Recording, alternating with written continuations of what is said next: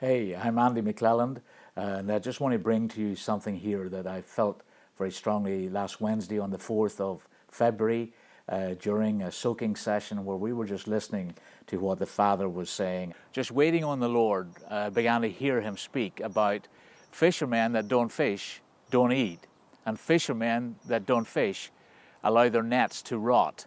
I was stewing on this, and the more I stewed on it, the more I began to feel and sense God speaking very clearly about a season that's about to take place. And I just felt that there were several things within that the Lord was speaking about, and looking at fishermen, specifically the area where the first encounter Simon Peter had with Jesus, where he told him to fish, and they caught this massive haul of fish.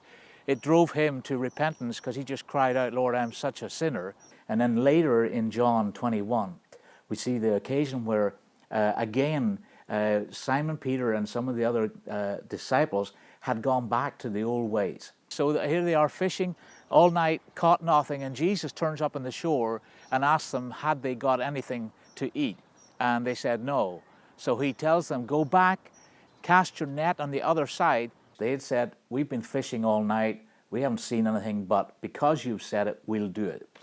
And I think it was the fact that the supernatural act was that the host of fish that they began to catch, Peter then remembers the initial event. His heart gets stirred with excitement again. So it's almost that part of the joy of salvation has been brought back again, because something in him came alive again, knowing that the supernatural was around his life again. Jesus returns again to call him back out into his purpose and his destiny. His life before the Father was not to be a fisherman, but to be a fisher of men. And that part where Jesus in verse 10 stands on the shore, and he is already preparing them fish and bread by a fire, but yet he stands on the shore and he says, bring me some fish. And I think what Jesus is saying to the church today is, bring me some fish.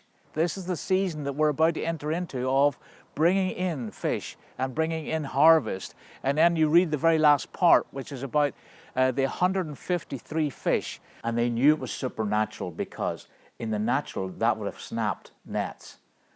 But the Father knew what he was up to. He was retraining them. And I just seen the words where it says 153 fish. And the Lord just overwhelmed me with just like, I can't have words to describe it, but basically he was saying that the 153 was 153, the 15th of the 3rd this year. So it's the 15th of March. There's a supernatural shift that's about to take place, where we are going to be the people that have fished all night. We've toiled all night, and we've been seeing very little fruit for it. And it's like taking the net from one and putting it in the other, and it's going to be a transitional shift like that. And I've sensed that from the 15th of the 3rd, there is going to be this shift in the supernatural realm, where the Father is unleashing something for the next season, that we are just going to move into a season of harvest, a season of winning souls.